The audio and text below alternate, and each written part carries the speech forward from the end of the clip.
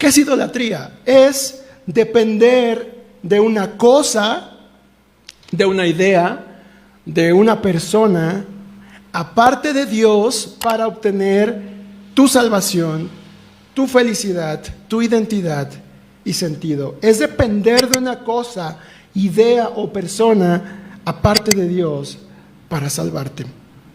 Y escucha bien, esa cosa no necesariamente tiene que ser moralmente mala. Esa cosa puede ser tu dinero, puede ser tu atracción sexual, puede ser tus hábitos de lectura bíblicos, puede ser tu trabajo.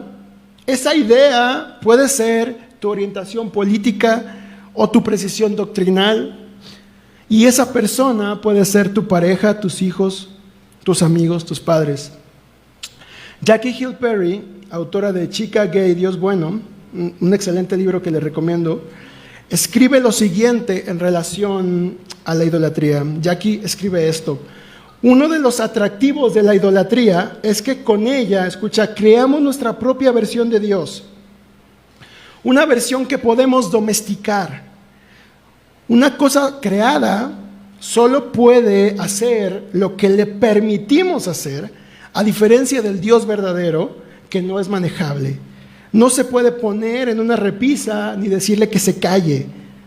Y escucha esta frase, que es la que más me impacta de esta cita. Queremos adorar lo que podemos controlar. Queremos adorar lo que podemos controlar. ¿Y no es esto lo que todos queremos?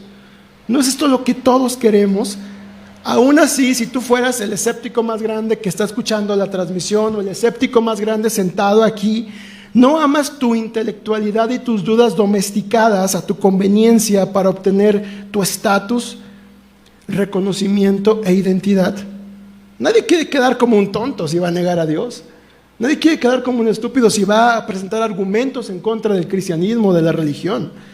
Los cristianos tampoco estamos a salvo.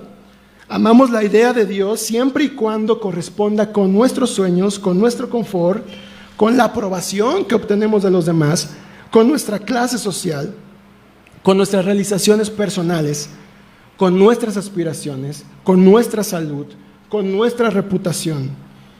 Pero cuando ese Dios demanda demasiado tiempo, cuando ese Dios demanda demasiada cercanía con las personas, entonces es tiempo de hacer un ajuste para que vuelva a caber en la repisa. Ese es el Dios de muchos cristianos. Queremos adorar lo que podemos controlar.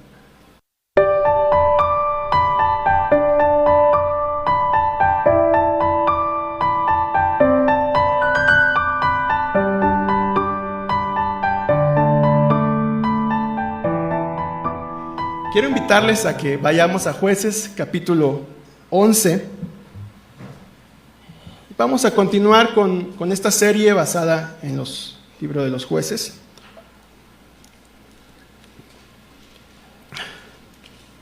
Quiero invitarlos que vayamos a los versículos 29 al 43. Voy a hacer una lectura y la palabra de Dios esta mañana, del 29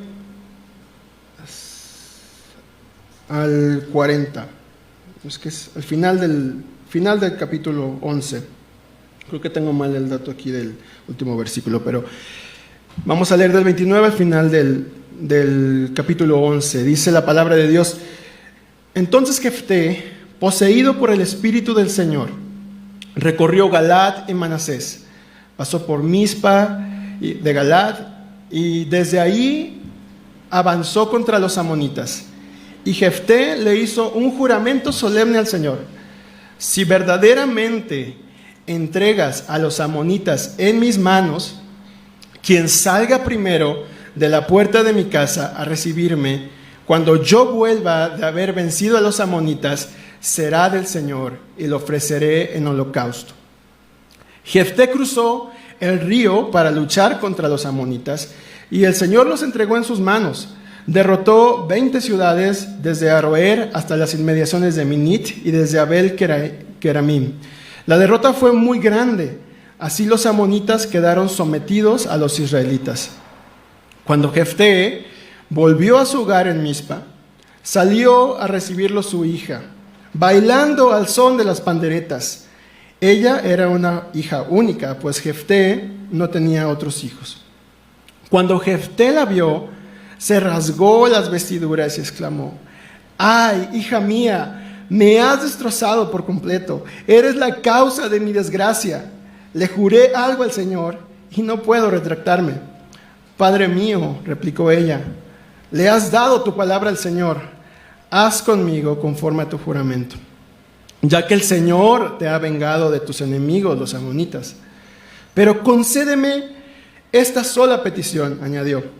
Ya que nunca me casaré, dame un plazo de 2 meses para retirarme a las montañas y llorar ahí con mis amigas. Está bien, puedes ir, le respondió él. Y le permitió irse por 2 meses. Ella y sus amigas se fueron a las montañas y lloró porque nunca se casaría. Cumplidos los 2 meses, volvió a su padre y él hizo con ella conforme al juramento. Ella era virgen. De ahí se originó la costumbre israelita de que todos los años, durante 4 días, las muchachas de Israel fueran a conmemorar la muerte de la hija de Jefté de Galaad. El día de hoy, pues, quisiera hablarles de esta porción de la Escritura, que a simple vista es muy chocante para todos nosotros, muy difícil de asimilar. Yo he titulado el sermón de esta mañana, Un sacrificio innecesario y decepcionante. Un sacrificio innecesario y decepcionante. Algunos conocen, han escuchado acerca de mi aburrido, porque yo así le denomino, de mi aburrido testimonio de conversión. Pero para los que no lo han escuchado, quisiera iniciar aburriéndolos el día de hoy de nuevo con eso. Nací, como se dice normalmente, en una cuna cristiana, ¿no? Queremos decir con eso los evangélicos, que mis papás eran cristianos y yo nací de 2 padres presbiterianos. Fui bautizado al 8º día, como decimos, ¿verdad? Abracé las buenas noticias de Jesús cuando yo tenía 11 años. 11 años en un servicio de Navidad. Alguien estaba predicando acerca de la necesidad de que Jesús viniera a nuestras vidas y nos salvara. Y yo recuerdo que yo sentí una convicción muy fuerte de responder a ese llamado. Y fue entonces cuando empezó mi caminar con Dios, ¿no? Al principio, cuando fui creciendo, fue difícil aceptar el testimonio aburrido que yo tenía, porque mi testimonio no se parecía en mucho al de otras personas, ¿no? Es cierto que muchos llegan a la fe cristiana de contextos de escepticismo, de drogas, de alcohol, de alguna secta o coaching coercitivo, ¿no? Y llegan a la iglesia y es cuando ellos cuentan su testimonio, todos quedamos impresionados, ¿no? Cuando están hablando. Pues yo simplemente tenía que contar esa historia de que era un niño que había nacido con padres cristianos y que había sido despertado a su necesidad de salvación. ¿Por qué? Porque todos los niños cristianos, o bueno, la mayoría, tenemos esta falsa esperanza de que como somos y hemos nacido en un hogar cristiano, ya somos cristianos, ¿no? Ya tenemos el camino ganado. Pero Dios me convenció de que no era así, ¿no? Y bueno, no hay ninguna experiencia de crisis que presumir aquí, ¿verdad? Pero tiempo después, cuando yo llegué a mis 18, ya hace algún tiempo, nos juntábamos con un grupo de amigos, conocí a un grupo de amigos que se juntaba en una plaza principal de Tampico y ellos predicaban en ese lugar, ¿no? Ahí había de todas las denominaciones cristianas que se puedan imaginar, había bautistas, pentecostales, presbiterianos, carismáticos.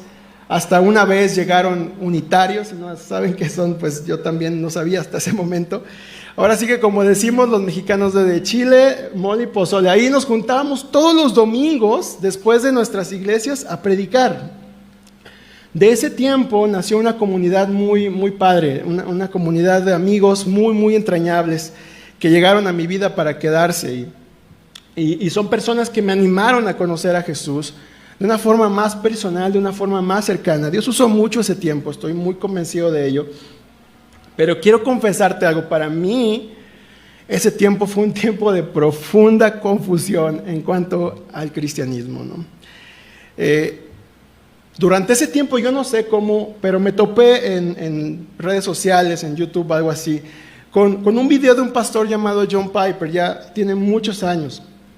Algunos conocen muy bien al pastor John Piper, otros no. De verdad que les recomiendo mucho, si pueden buscar algo de él al final. El video que yo vi se llamaba Sufrirás. Ya tiene mucho tiempo ese video. Si alguna vez quieres invertir 10 minutos de tu día bien invertidos, ve ese video, es muy interesante. Pero ese video me llevó a otros materiales muy parecidos, ¿no? Me llevó a otros videos similares. Y luego a libros. Empecé a consumir muchos libros sobre teología, sobre doctrina, cosas que poco a poco fueron una bola de nieve que Dios usó para traer más claridad y seguridad a mi vida acerca de las convicciones, de mis convicciones como cristiano.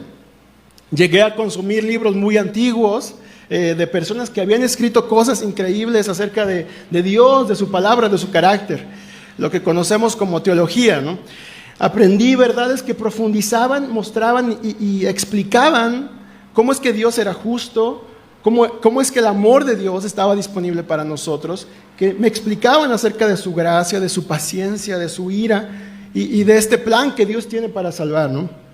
También aprendí otras palabras, ¿no? que no se usan muy a menudo, ¿no?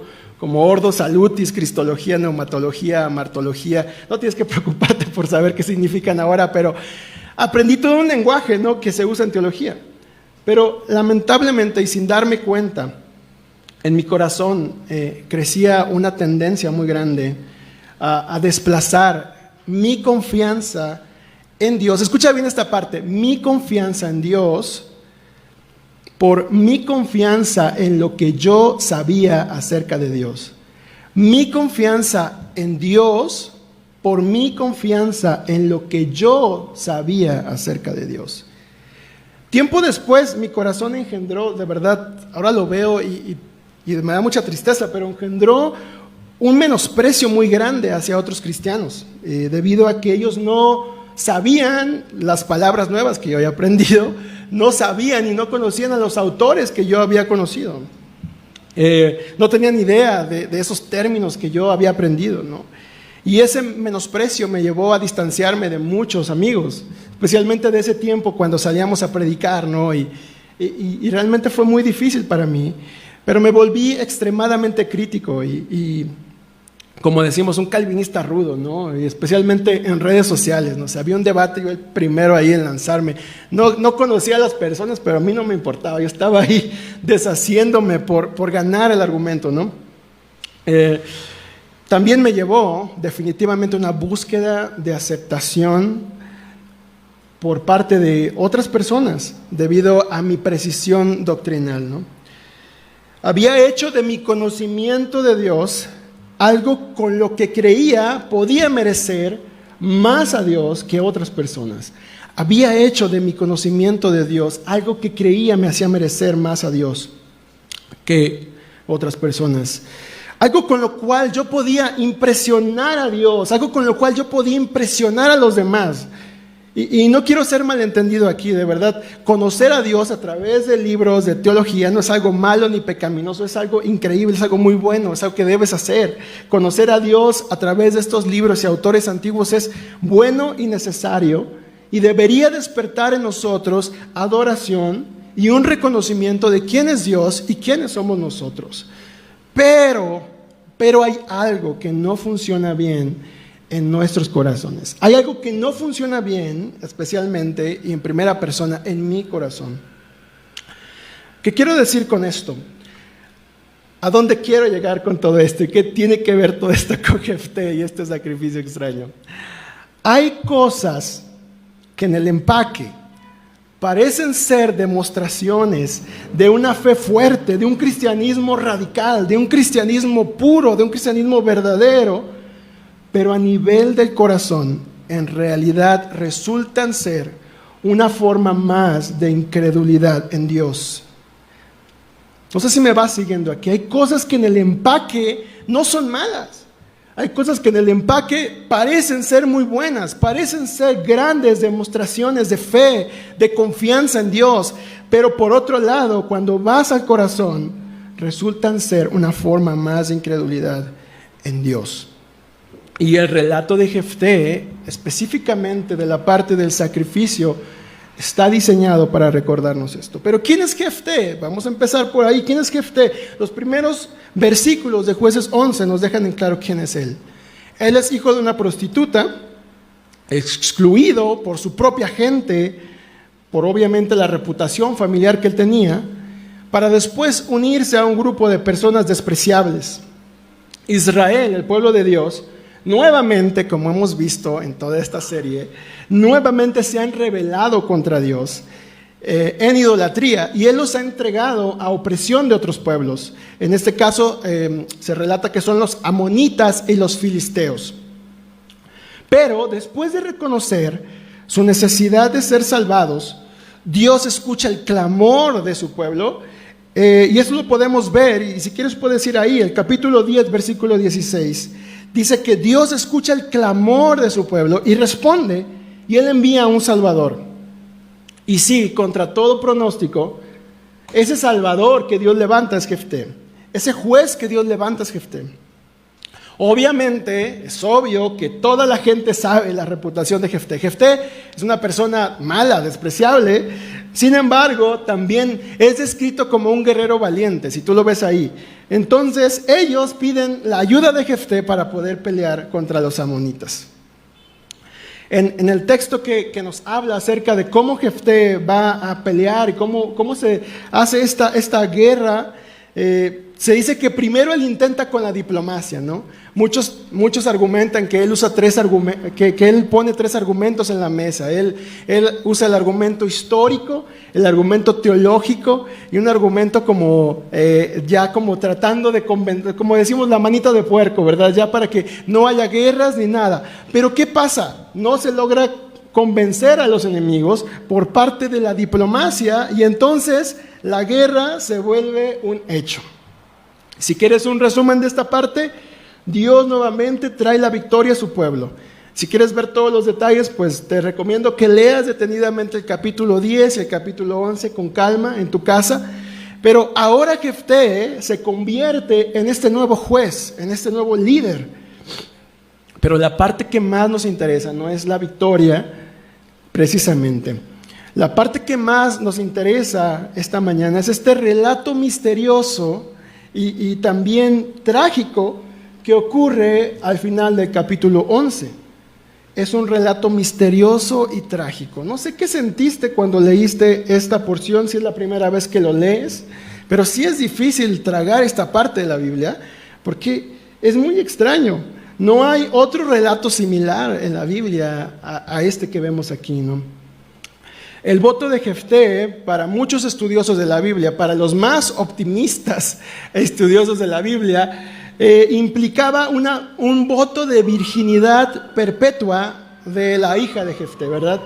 Y eso es lo que yo de verdad quisiera poder leer cuando voy a estos pasajes. Pero el libro de los jueces no es un libro poético, no es un libro con metáforas. Si te das cuenta, cuando tú lees Jueces es un libro narrativo y tienes que seguir el ritmo de la narración porque es muy literal lo que se dice ahí. Entonces, la verdad es que las posturas más apegadas a lo literal del texto, vamos a encontrar que a todas luces esto es un sacrificio humano. Es un texto bastante oscuro y bastante discutido por nerds en la Biblia. No vamos a hacer un debate aquí de cuál es la mejor postura, pero si me preguntaras a mí, yo creo que realmente la literalidad del texto nos lleva por el camino de afirmar que hay un sacrificio humano aquí. Entonces, no podemos negar toda la oscuridad que hay alrededor de este pasaje, pero hay algo claro, hay algo muy claro, en medio de todo lo oscuro y difícil de este texto. El sacrificio de la hija de Jefté, haya sido como haya sido, fue un sacrificio innecesario y decepcionante. Fue un sacrificio innecesario y decepcionante. Dios ya les había asegurado la victoria a su pueblo. A pesar del pasado disfuncional de Jefté Y a pesar del presente delictivo de Jefté, porque sabes, Jefté no tenía la mejor de todas las profesiones, ¿verdad? Si tú lees el texto te vas a dar cuenta que se juntó con un grupo de personas y no precisamente a hacer cosas buenas, ¿verdad? Entonces, Dios había escuchado el clamor de su pueblo en arrepentimiento. Y esto está registrado en Jueces capítulo 10, versículo 15 y 16. Dice, el pueblo le dijo a Dios, hemos pecado, haz con nosotros como mejor te parezca, pero te rogamos que nos salves en este día. Y dice enseguida, entonces el pueblo de Dios se deshizo de los dioses extranjeros que había entre ellos y sirvieron al Señor. Y el Señor no pudo soportar más el sufrimiento de Israel. Ellos reconocieron que no merecían nada de Dios. Fíjate hasta dónde los llevó la opresión. 18 años de estar bajo un yugo de una nación extranjera, rindiendo tributo. Ellos reconocieron que no merecían nada de Dios y al mismo tiempo reconocieron que el único que podía reparar sus vidas era Dios. Aquí hay una foto del verdadero arrepentimiento. Hay dolor por el pecado, pero también hay dolor por las motivaciones que están detrás de ese pecado. No solo miedo por las consecuencias, como a veces pensamos que es el arrepentimiento. También hay un cambio profundo. ¿Por qué? ¿Qué pasó después de que ellos reconocieron su pecado y reconocieron que solamente Dios podía salvarlos? Ellos se deshicieron de sus ídolos, tomaron decisiones a partir de ese arrepentimiento. Entonces, está muy claro que no fue el voto de Jefté lo que garantizó la victoria contra los amonitas ese día, sino que fue la acción inmerecida de Dios a favor de los suyos. Y es aquí donde podemos empezar a unir los puntos. ¿Qué es lo que crees que quería obtener Jefté? ¿Qué quería lograr con ese voto imprudente? ¿Qué es lo que él quería ganar con ese voto imprudente, con ese juramento que hizo? No sabemos exactamente, pero lo que sí estamos muy convencidos es esto. No era un agradecimiento consistente con la victoria que Dios les había dado. No era un agradecimiento consistente con lo que Dios había hecho. ¿Por qué? Porque sabemos que Dios aborrece los sacrificios humanos. Bajo ninguna circunstancia en la Biblia se aprueban los sacrificios humanos. De hecho, Deuteronomio 12, capítulo 12, versículo 31, dice que los sacrificios humanos son algo abominable, algo aberrante, algo que Dios detesta. Y el silencio de Dios en toda esta sección de la Biblia no es un silencio total, porque Él ya ha hablado antes acerca de este tipo de prácticas. Era una práctica muy común entre los vecinos del pueblo de Israel. Era una práctica que la gente que vivía alrededor de Jefté hacía, entregaban a sus hijos a deidades para obtener el favor de esas deidades, pero Dios siempre había dejado en claro que ese tipo de cosas eran abominables, asquerosas delante de Él. ¿Por qué es tan relevante para nosotros entonces entender lo que está detrás de este sacrificio? La idea aquí es esta. Jefté tenía esta convicción en su mente, escucha bien, de que tenía que impresionar, Jefté tenía que impresionar, tenía que comprar y controlar a Dios por medio de un regalo. Jefté tenía que impresionar, comprar y controlar a Dios por medio de un regalo. Quizá Jefté pensó, sí, la victoria que Dios nos ha dado es increíble, porque los ha librado de 18 años de opresión, de temor, de muerte, de abuso. Pero Jefté en lo profundo de su corazón quizá pensó que esa liberación, que esa salvación que Dios les había dado, era como esos contratos, ¿no?, de todas las cosas que ya hacemos, que al final, ¿qué traen? Traen unas pequeñas letras que ninguno de nosotros lee, ¿verdad? Pero si las leyéramos nos daríamos cuenta de lo que en realidad estamos firmando, ¿no? Esos pequeños, esos extensos acuerdos de confidencialidad que cuando tú sacas tus cuentas de Twitter, de Facebook y todo, te están diciendo, te vamos a robar todos los datos. Y tú dices, estoy de acuerdo, ¿no? Pero Jefté pensaba que detrás de esa liberación de Dios, que detrás de esa gran salvación había unas letras chiquitas que decían algo así: Dios te matará si no haces algo para impresionarlo, para mantener su favor, para mantener su amor. Dios te matará, Jefté, si tú no logras hacer algo por Dios. Al igual que Jefté, tú también y yo también vivimos con esa duda mortal. ¿Realmente Dios puede ser tan bueno como dice serlo? ¿Realmente Dios puede amarme y salvarme como dice serlo? ¿Qué tal si no es así? Venimos configurados de una manera distinta todos nosotros.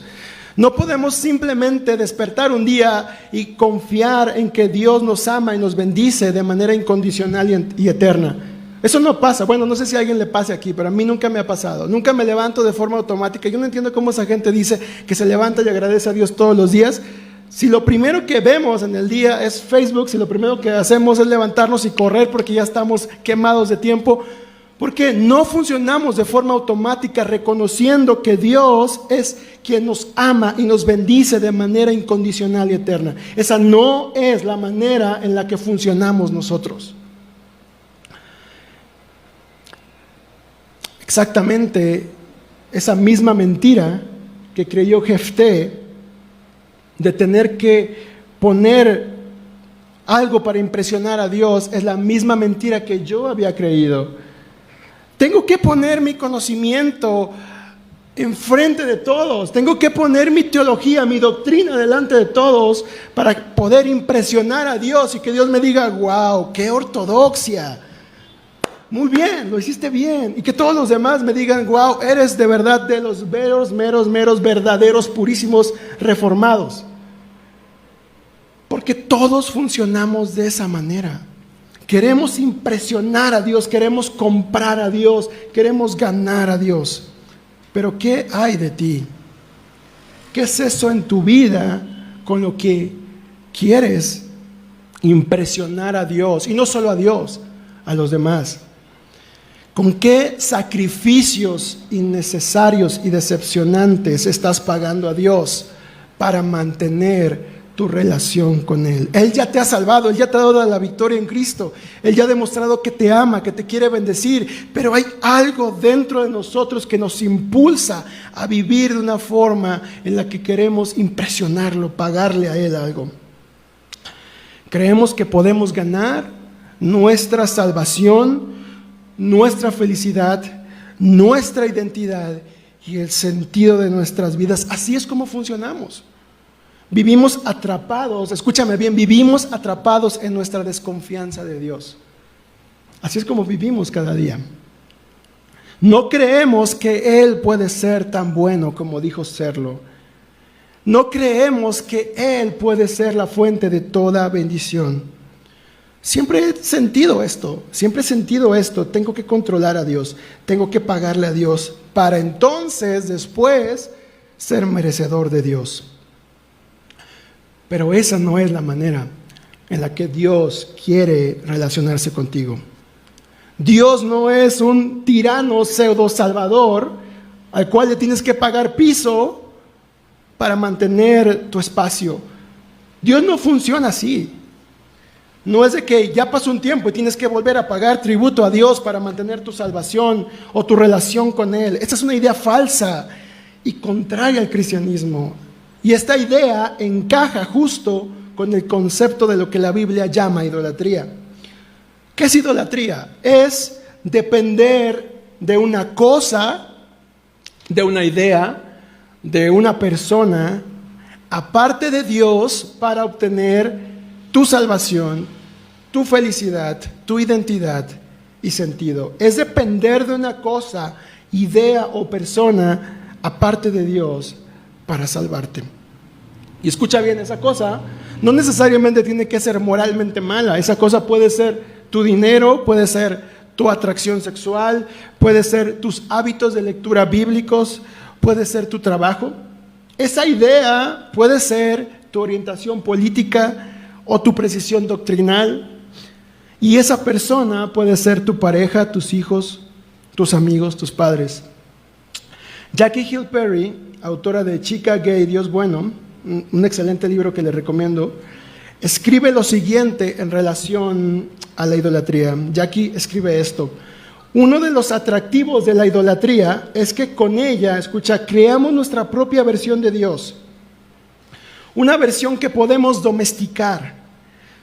Una cosa creada solo puede hacer lo que le permitimos hacer, a diferencia del Dios verdadero, que no es manejable. No se puede poner en una repisa ni decirle que se calle. Y escucha esta frase, que es la que más me impacta de esta cita. Queremos adorar lo que podemos controlar. Queremos adorar lo que podemos controlar. ¿Y no es esto lo que todos queremos? ¿No es esto lo que todos queremos? Aún así, si tú fueras el escéptico más grande que está escuchando la transmisión, o el escéptico más grande sentado aquí, ¿no amas tu intelectualidad y tus dudas domesticadas a tu conveniencia para obtener tu estatus, reconocimiento e identidad? Nadie quiere quedar como un tonto si va a negar a Dios. Nadie quiere quedar como un estúpido si va a presentar argumentos en contra del cristianismo, de la religión. Los cristianos tampoco estamos a salvo. Amamos la idea de Dios siempre y cuando corresponda con nuestros sueños, con nuestro confort, con la aprobación que obtenemos de los demás, con nuestra clase social, con nuestras realizaciones personales, con nuestras aspiraciones, con nuestra salud, con nuestra reputación. Pero cuando ese Dios demanda demasiado tiempo, cuando ese Dios demanda demasiada cercanía con las personas, entonces es tiempo de hacer un ajuste para que vuelva a caber en la repisa. Ese es el Dios de muchos cristianos. Queremos adorar lo que podemos controlar, pero el Dios de la Biblia no cabe en ninguna repisa. Jefté quería hacer esto, y tú y yo no somos tan diferentes. A todos nos escandaliza la idea de un Dios de las dimensiones de la Biblia. A todos nos escandaliza un Dios que al mismo tiempo está lleno de amor inmerecido, lleno de verdad, lleno de justicia, lleno de paciencia. A todos nos escandaliza la idea de ese Dios digno de toda nuestra vida. Pero hay algo más que podemos decir acerca de la idolatría que se encuentra en la reacción de Jefté. En Jueces 11:35 dice: ay, hija mía, me has destrozado por completo. Y quiero que te quedes ahí. La frase que usó Jefté, me has destrozado por completo, describe bastante bien los estragos de la idolatría. ¿Dónde está lo que Jefté buscaba obtener al hacer su voto? ¿Dónde quedó el reconocimiento que él buscaba? ¿Dónde quedó su afirmación de poder y privilegio que él precisamente quería buscar al ofrecer este sacrificio? Decepcionante. La idolatría siempre da como fruto la decepción. Entonces, quiero invitarte a hacer un ejercicio. Cuando te sientas destrozado, cuando te sientas desilusionado de alguien, de algo, es el mejor momento para preguntarte: ¿a quién estaba adorando? ¿En quién estaba poniendo mi confianza aparte de Jesús? En ese momento de la decepción, cuando tú dices con Jefté, me has destrozado por completo, es el mejor momento para hacer estas preguntas. ¿A quién estaba yo adorando aparte de Dios? ¿Y en quién estaba yo confiando aparte de Jesús? Jefté tuvo su sobredosis de decepción. Lo que suponía ser una gran celebración porque habían ganado una batalla, terminó en una trágica escena: el sacrificio de su propia hija. Y no fue un sacrificio que él dijera: hija, te voy a entregar al Señor. Fue algo duro, algo trágico, algo muy doloroso. No puedo imaginar el dolor, lo que Jefté sintió cuando vio correr a su hija, viendo bailar a su hija ahí. Quizá no se compara con todas las decepciones que tú y yo hemos experimentado, pero aún así esta historia nos recuerda que mi incredulidad, mi idolatría siempre va a terminar en decepción. Jefté apunta muy bien a nuestro problema, pero también quiero que veas esto: Jefté apunta a una historia radicalmente distinta. Al igual que en la historia de Jueces 11, Dios sigue respondiendo al clamor de aquellos que reconocen que están completamente arruinados. Aquellos que son capaces de decir con el pueblo de Dios: hemos pecado. Dios, haz con nosotros lo que mejor te parezca. ¿Has llegado a ese punto en tu vida? ¿Has llegado a sentir, a experimentar eso? Dios, haz conmigo lo que sea, lo que te parezca mejor a ti. Esa es una evidencia de un verdadero arrepentimiento. He pecado, Dios, haz conmigo lo que mejor te parezca. Al igual que en la historia de Jefté, Dios decidió levantar a un juez inesperado para salvar a los suyos. Un juez por el que nadie elegiría por los métodos convencionales de poder. Un juez que vino también de una familia disfuncional, muy disfuncional, y fue rechazado por su propia familia, fue rechazado por su propio pueblo. Un juez que se rodeó de personas que parecían ser muy desagradables a la vista de los normales, de los santos, de los buenos. Un juez que nadie elegiría de acuerdo a los estándares de poder de este mundo. Ese juez es Jesús. Y así como hay grandes similitudes entre Jefté y Jesús, también hay diferencias radicales.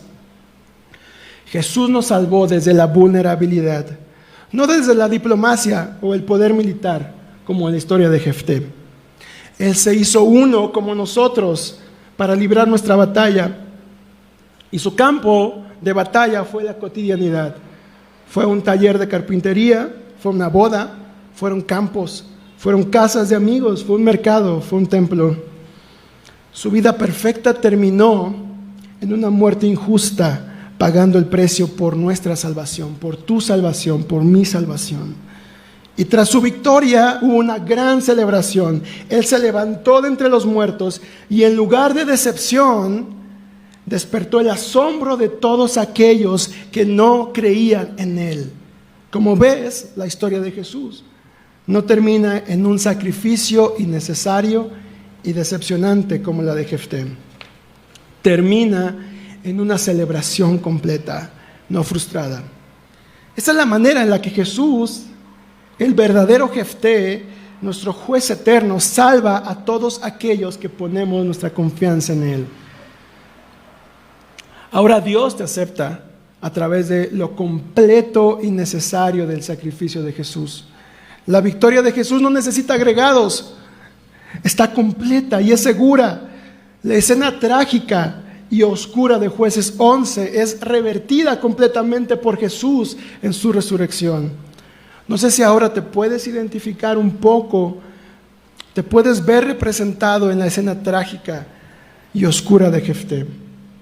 Pero si es así, quiero invitarte también a que hoy puedas sentirte representado, identificado por Jesús, quien dio su vida en tu lugar. Tu tendencia de querer ganar a Dios por medio de sacrificios innecesarios y decepcionantes solo puede ser revertida cuando abrazas lo bello, lo completo del sacrificio que Jesús ha logrado por ti. ¿Puedes imaginar los cambios profundos y duraderos que vendrían a tu vida después de afirmar tu corazón en algo tan definitivo como lo que Jesús hizo? ¿Puedes imaginar cómo sería no necesitar impresionar, comprar y controlar a Dios y a los demás por medio de regalos, por medio de concesiones? Debido a que no hay nada tan impresionante, costoso y liberador como lo es el sacrificio de Jesús, al poner tu confianza en Él, tú puedes ser liberado de esa pesada carga. Todos nosotros funcionamos distinto. Tenemos esa necesidad, ese ímpetu que nos mueve a querer comprar a Dios, querer buscar el reconocimiento de Dios y de los demás.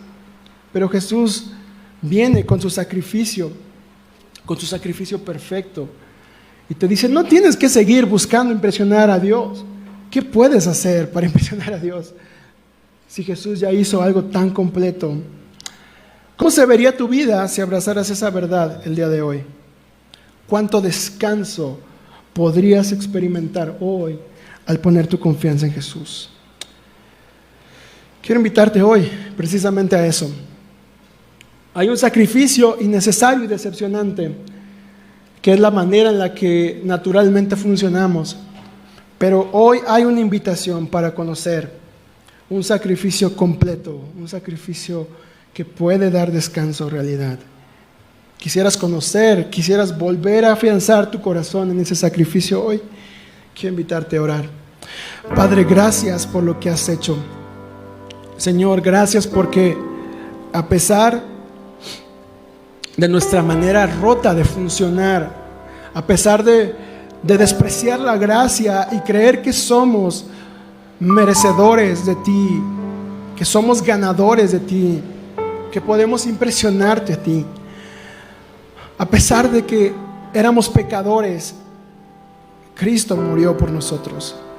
A pesar de que éramos enemigos, Cristo murió por nosotros.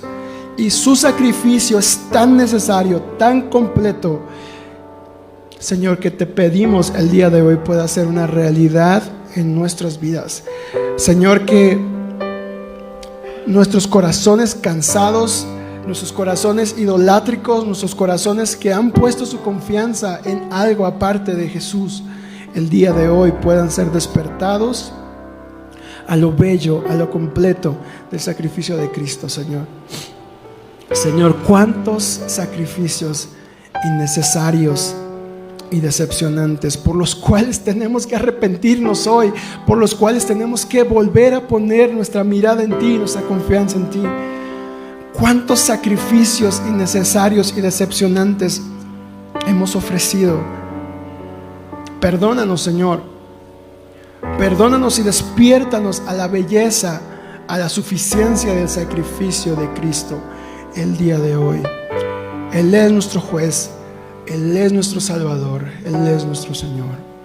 En Cristo Jesús oramos. Amén.